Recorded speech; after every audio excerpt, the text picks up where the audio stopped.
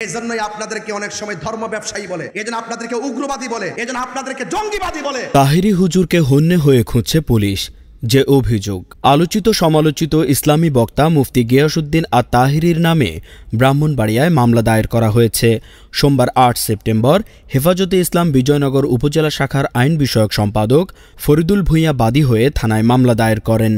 মুফতি গিয়াসউদ্দিন আত তাহিরি সহ এ মামলায় ১৬ জনকে আসামি করা হয়েছে। এছাড়া অজ্ঞাতনামা আসামি আরও ৫০ থেকে ৬০ জন। ইতোমধ্যে ২ আসামিকে গ্রেপ্তার করেছে পুলিশ।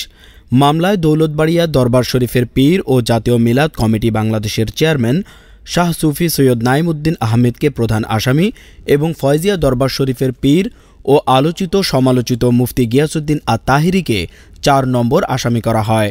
মামলার এজাহারে উল্লেখ করা হয়েছে, গত ৬ সেপ্টেম্বর দুপুর ২:৩০টার দিকে বিজয়নগর থানাধীন ডাকবাংলো মোড়ে ঈদে মিলাদুন্নবী সাল্লাল্লাহু আলাইহি ওয়াসাল্লাম উপলক্ষে জশ্নে জুলুস চলাকালে হেফাজতে ইসলাম বাংলাদেশের মহাসচিব আল্লামা সাজিদুর রহমানকে উদ্দেশ্য করে কুরুচিপূর্ণ, মানহানিকর ও আপত্তিকর বক্তব্য দেওয়া হয়।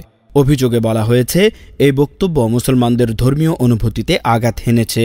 এ মামলায় ১০ সেপ্টেম্বর বুধবার ভোরে পুলিশ উপজেলার শ্রীপুর গ্রামের মোহাম্মদ জাকির হোসেন জাক্কু ৫৫ ও ইছাপুর গ্রামের মোহাম্মদ হুমায়ুন মিয়াকে গ্রেপ্তার করে আদালতে পাঠায়। বিজয়নগর থানার ভারপ্রাপ্ত কর্মকর্তা ওসি মোহাম্মদ শহীদুল ইসলাম বলেন, হেফাজতের করা মামলায় ২ আসামিকে গ্রেপ্তার করে আদালতে পাঠানো হয়েছে। অন্য আসামিদের ধরতে অভিযান চলছে।